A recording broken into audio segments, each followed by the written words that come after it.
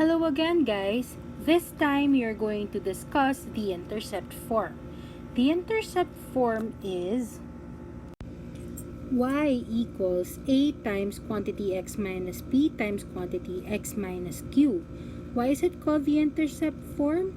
Because as you can see, you can easily identify the x-intercepts. P and q here are the x-intercepts since the graph crosses at p0 and q0.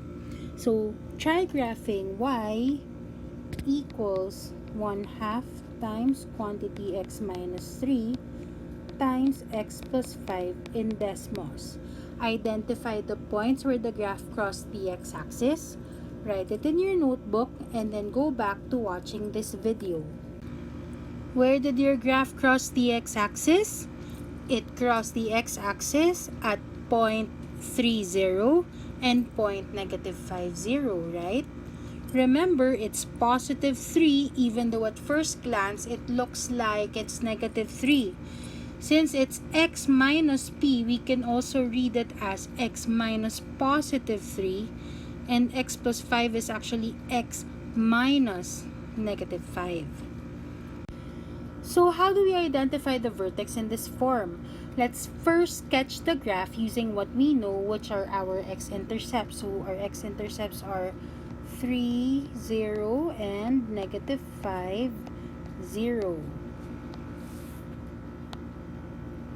So 3, 0 is over here, and -5 would be over here. 1, 2, 3, 4, 5. So at this point, where can you find the axis of symmetry, or how can you tell where the axis of symmetry is? Okay, that's correct. We can actually use the midpoint of 3 and -5. So that's 3 plus -5 divided by 2. So that's gonna give you 3 plus -5 is -2 over 2, or -1. So our axis of symmetry is actually this part.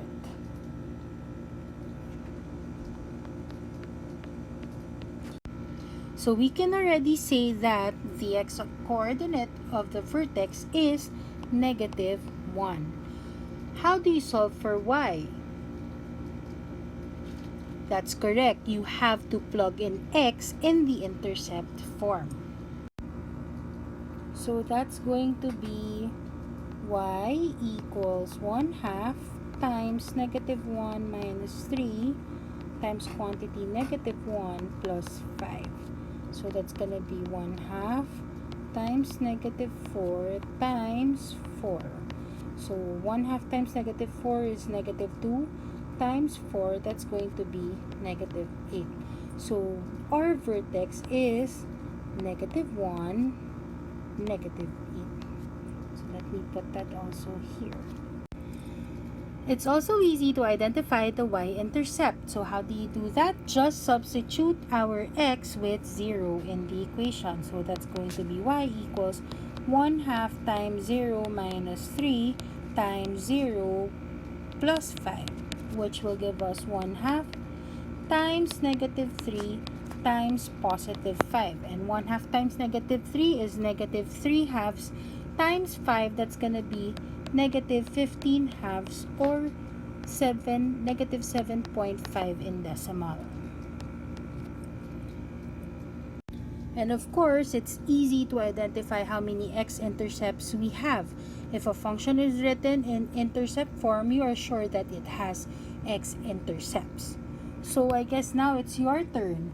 How about if we have the equation y equals 2x times x minus 4. You can actually start by rewriting it as y equals 2 times x minus 0 times quantity x minus 4, right? Can you list down the key features of the graph? Pause the video first, then write your answers in your notebook. The graph crosses at 0, 0, and 4, 0. The vertex is at 2, negative 8. The axis of symmetry is x equals 2. And the y-intercept is 0, 0. If you got all of the answers correctly, then you are now ready to answer the exercises posted in Schoology, which will also serve as your exit ticket. Good luck!